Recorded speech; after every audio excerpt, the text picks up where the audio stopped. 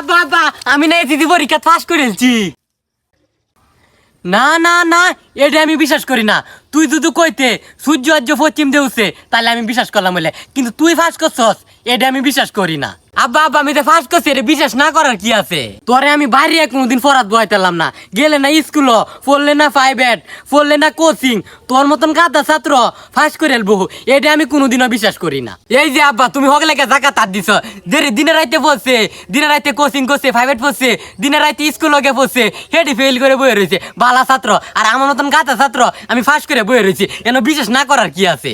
সত্যি কথা তুই ফাঁস করছস? আরে আব্বা সত্যি মানে এদের সত্যি দেখে তো তোমরা লাগে মিষ্টি লই আইছি ফাঁস করছি দেখিয়া। তুই কিবা ফাঁস করে এলে আমি তো বিশ্বাস করতাম পারতাছি না।